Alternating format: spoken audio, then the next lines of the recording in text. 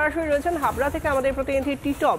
টিটপ, এই মুহূর্তে তুমি যে কেন্দ্রের সামনে রয়েছো সেখানকার ছবি কিরকম? সকাল থেকে কি ছবি দেখলে? এখন একেবারে পরীক্ষা শেষ হওয়ার কিছুটা সময় বাকি, পরীক্ষা শুরু হওয়ার মাত্র কিছু সময় বাকি, কি ছবি উঠে আসছে?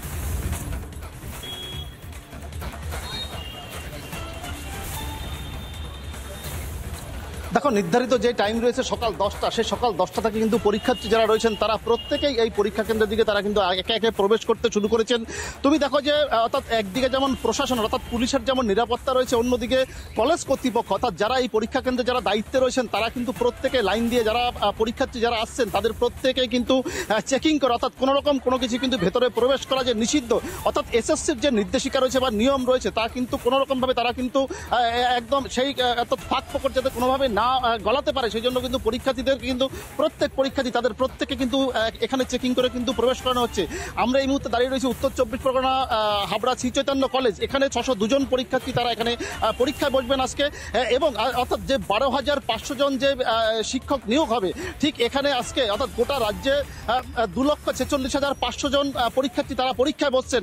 অর্থাৎ এই যে সিস্টেমটা অর্থাৎ এখানে দাঁড়িয়ে অর্থাৎ যে কড়া নিরাপত্তার যে ছবিটা অর্থাৎ কোনো পরীক্ষার্থী যাতে না সমস্যা হয় তার জন্য কিন্তু পুলিশের পক্ষ থেকে কিন্তু এখানে সহযোগিতা তারা কিন্তু হাত বাড়িয়েছেন।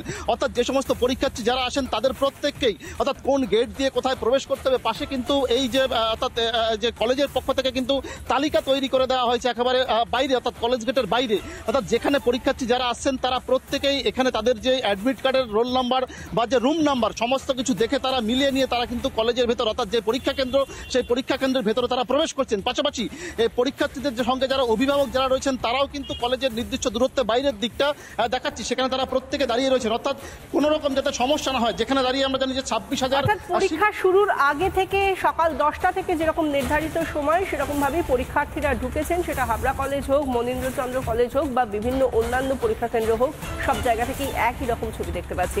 ধন্যবাদ আমাদের সমস্ত প্রতিনিধিকে, ঐন্দ্রিলা, তুলিকা এবং টিটপ আমাদের সঙ্গে ছিলেন। এবং এর পাশাপাশি আজকের এই পরীক্ষা চলছে, কিন্তু এই পরীক্ষার আগেও এর আগের যে পরীক্ষাটা হয়েছিল তার থেকেও অনেকগুলো প্রশ্ন উঠেছিল। আজকের এই পরীক্ষা নিয়ে কি বলছেন কেন্দ্রীয় শিক্ষা প্রতিমন্ত্রী সুকান্ত মজুমদার, শুনুন।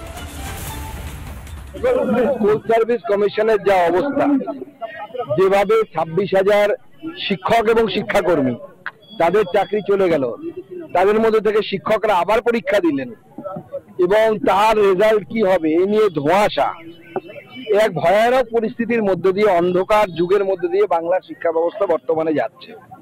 শুধু স্কুল শিক্ষা নয়, স্কুল শিক্ষা সহ ইউনিভার্সিটি, কলেজ, এই মুহূর্তে পশ্চিমবঙ্গের কলকাতা সংলগ্ন যতগুলো কলেজ 7 লক্ষ প্রায় কলেজে সিট আছে, তার মধ্যে 3 লক্ষর বেশি ভরেনি এখনো পর্যন্ত। বাংলার শিক্ষা ব্যবস্থাকে চিরতরে ঘুমিয়ে দেওয়ার একটা চেষ্টা, ঘুম পাড়িয়ে দেওয়ার একটা চেষ্টা বর্তমান শিক্ষামন্ত্রী এবং বিশেষ করে রাজ্য সরকারের তরফ থেকে হচ্ছে।